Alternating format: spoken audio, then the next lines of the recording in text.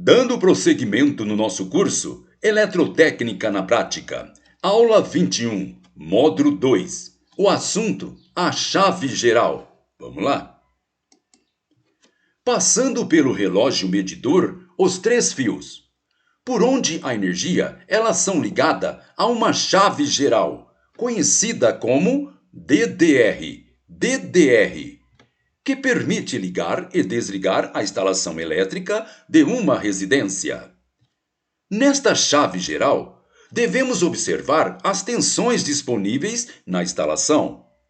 Assim, de acordo com o diagrama, observe com atenção o diagrama. O fio do meio é ligado à terra por meio de uma barra enterrada profundamente, de modo a representar o terra, ou o neutro da instalação. Quando ligarmos qualquer dispositivo entre este polo central, que é o terra, e um dos extremos da chave, ele será alimentado por uma tensão de 110 volts. Isso então significa que entre o polo central e os extremos, temos separadamente tensões de 110 volts. Ocorre, entretanto, que as tensões dos polos opostos desta chave estão em oposição de fase. Oposição de fase.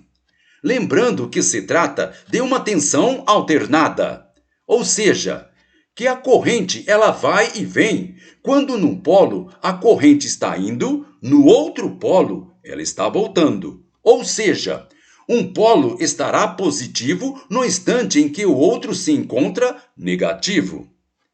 Observe com atenção esta outra figura. O resultado disso é que entre os polos opostos temos uma tensão de 220, ou seja, o dobro entre cada uma dos polos. Desta caixa de entrada, saem 3 condutores que vão até uma segunda caixa, ou quadro de distribuição, onde existe novos dispositivos de proteção e controle, além de uma chave geral. A partir desta caixa de distribuição, podemos tirar diversos circuitos de alimentação ou distribuição de energia para nossas casas.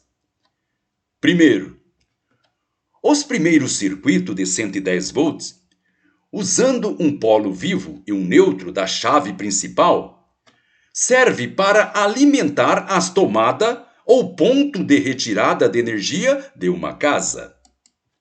Segunda, o segundo circuito, também de 110 volts, são usados para os dispositivos fixos que exigem esta tensão, como por exemplo, lâmpadas, exautores, campainha e etc. Terceiro, os terceiro é obtido dos polos extremo, portanto, de 220 volts. Serve para alimentar dispositivo que exige esta tensão, como por exemplo, o chuveiro, torneira elétrica e etc.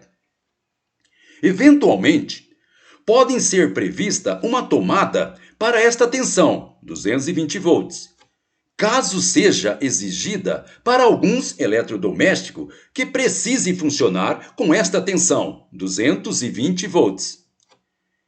Cada uma destas 3 redes tem, logo após a saída da chave principal, uma chave própria que permite fazer o seu controle.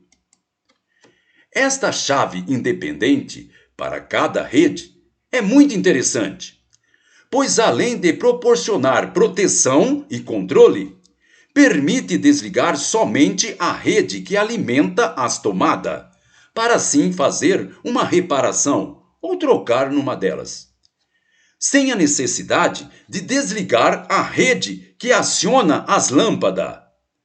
Desta forma, o reparo pode ser feito à noite, sem a necessidade de cortar a iluminação.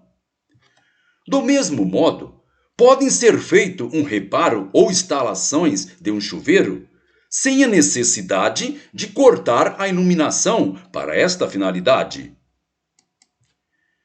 Para outras localidades em que a tensão é única de 220 volts, temos então um circuito típico de distribuição semelhante, com a diferença de que são apenas dois fios de entrada. Dois fios de entrada. E todos os circuitos partem destes dois fios com a mesma tensão. Assim, para 110 volts, com três fios, temos duas fases oposta e um neutro. Enquanto que para a tensão única de 220, temos apenas uma fase e um neutro. Observe. Muito bem, pessoal. Com isso terminamos esta nossa aula. Então, gente boa, até a próxima.